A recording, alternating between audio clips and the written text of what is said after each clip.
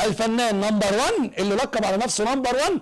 وهنا في اساءه حقيقيه للفن المصري او لنقابه المهن التمثيليه، لان طبعا لما يكون احد الفنانين او احد الممثلين، لان هو يعني يعتبر انا بقول عليه ممثل مزدوج، لان هو يعني له شقين، شق في نقابه المهن الموسيقيه وشق في نقابه المهن التمثيليه. ما احناش عارفين محمد رمضان في انهي اتجاه، في اتجاه المهن الموسيقيه ام في اتجاه المهن التمثيليه. ويمكن احد النقابات، نقابه المهن التمثيليه، طلع الاستاذ المحترم المخرج الجميل اشرف زكي، وطبعا اتكلم في موضوع محمد رمضان، وتم ايقاف محمد رمضان من التمثيل الفتره القادمه، ويمكن وقفوا له بعض المسلسلات وبعد اعماله في رمضان القادم ان شاء الله. كل سنه وحضراتكم بالف خير. اتوقف اعماله كلها. مش هدلنا الكلام في كل مكان.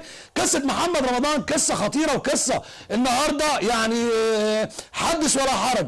طبعا محمد رمضان الفتره اللي فاتت يمكن كانوا بيقولوا، يعني انتوا فاكرين ايام كورونا كان في حظر كامل، ومحمد نزل وركب العربيه بتاعته ونزل في شوارع شبرا وقعد يرقص وقعد عمل قصه كبيره. يعني انا عايز افهم محمد رمضان لماذا هذه الاتجاهات، ويعني ايه القصه اللي انت يعني انا مش فاهم. يعني انا محمد رمضان النهارده لما سافر دبي في الاحتفاليه بتاعت دبي، الصور اللي امام حضراتكم صوره استيائيه، صوره حدث ولا حرج. هناك هاشتاجات كتيره النهارده على السوشيال ميديا حوالين محمد رمضان لمكافحه محمد رمضان نهائيا، زي هنقول زي تركيا، زي قطر.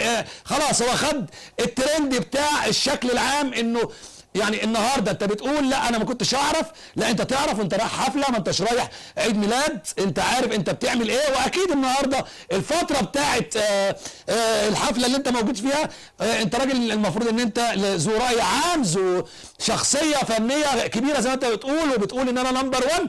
المفروض ان انت النهارده لما بتيجي تتصور مع اي حد انت بتبقى عينك على اللي بتتصور معاه، وتبقى فاهم من انهي دوله هو، مين قصته ايه، الكلام ده كله.